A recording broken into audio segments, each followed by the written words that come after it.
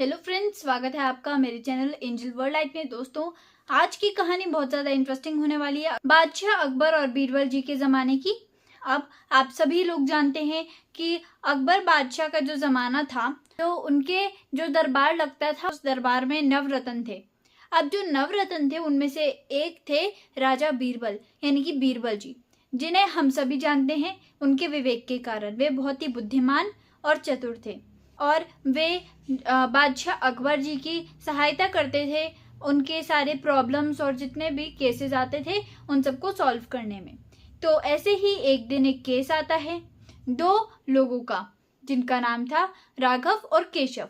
अब दोनों का एक ही दावा था कि जो चौराहे पर आम से लदा हुआ पेड़ है वे उनका है। अब दोनों एक दूसरे के लिए कह रहे थे कि झूठ बोल रहे, मेरा पेड़ है।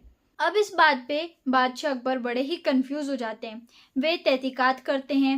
अब उनके पड़ोसियों से जितने भी लोग थे सबसे वे तहकीकात करते हैं, लेकिन सभी यही बताते कि दोनों ही बारी बारी से पानी देने जाते थे पेड़ को, और यहाँ तक कि जो चौकीदार उन्होंने रखा था पेड़ के लिए, उसको भी बारी बारी से दोनों ही फीस दिया करते थे।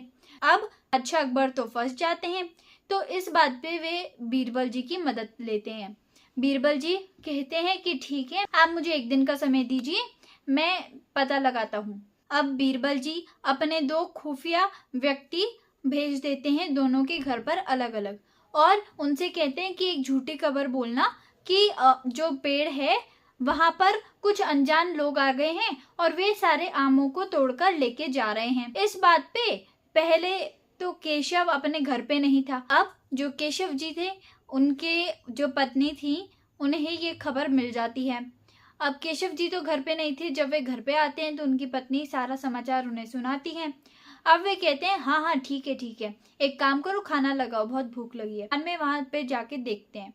अब ऐसे ही राघव जी भी अपने घर पे नहीं थे। उनकी पत्नी उन्हें बाद में जब वे आते हैं तब बताती हैं। अब उनकी पत्नी कहती है खाना लगा दूं, तो वे डंडा लाते हैं फटाफट और कहते हैं कि नहीं, खाना वाना बाद में खाएंगे, पहले जाके पेड़ पे देखते हैं कि कौन आ गए हैं ये लोग। अब वे भागते हैं पेड़ की तरफ बिना खाना खाए। अब इस बात से बीरबल जी समझ जाते हैं। अब वे अपने दोनों उन खुफिया व्यक्तियों को बुलाते हैं अकबर जी की दरबार में, और वे दोनों बयान देते हैं कि उन्होंने क्या क्या देखा और सुना। अब जो खुफिया व्यक्ति थे, उनका काम सिर्फ यही नहीं था कि उन्हें बस खबर देनी है, उनका काम यह भी था कि वे चुपके से उनकी बातें भी सुनेंगे कि वे क्या कर रहे हैं, और उनके एक्शंस देखेंगे कि खबर मिलने के बाद वो क्या करते हैं। तो इस बात से उनका जो बयान था वे अपने अपने बयान दे देते हैं। और बीरबल जी कहते हैं कि इससे सिद्ध होता है कि जो पेड़ है वे राघव का है, केशव का नहीं, क्योंकि जिसने एक पेड़ को उगाने में मेहनत करी थी असल में वो राघव ही था। जो चीज अपनी होती है उसके लिए कोई भी व्यक्ति ज्यादा चिंतित रहता है और किसी भी तरीके की लापरवाही बर्दाश्त नहीं कर पाता, और जिस व्यक्ति की वे चीज बिलोंग करती भी होगी उसको उसके लिए चिंता होगी। तो इसी वजह से केशव को कोई चिंता नहीं हुई, लेकिन राघव चिंता के मारे भागते हुए उतर गया।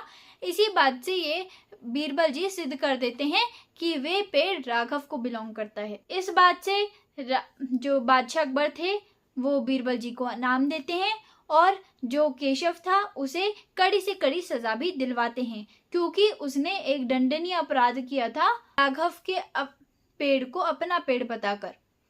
अब इस बात से हमें दोस्तों एक खास शिक्षा मिलती है, लेकिन उससे पहले अगर आपने इस चैनल को सब्सक्राइब नहीं किया है तो इस चैनल को फटाफट से सब्सक्राइब कर लें, ताकि आगे और ऐसे वीडियोस जब मैं लेके आऊँ तो आप उन्हें देख पाए और उनसे प्रेरित हो पाए।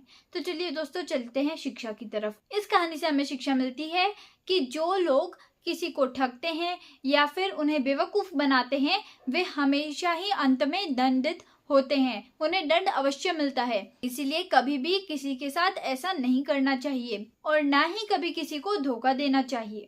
तो दोस्तों, अगर आपको ये कहानी पसंद आई हो तो इसे आगे शेयर जरूर कीजिएगा, ताकि और लोग इस वीडियो को देख पाएं। Thank you.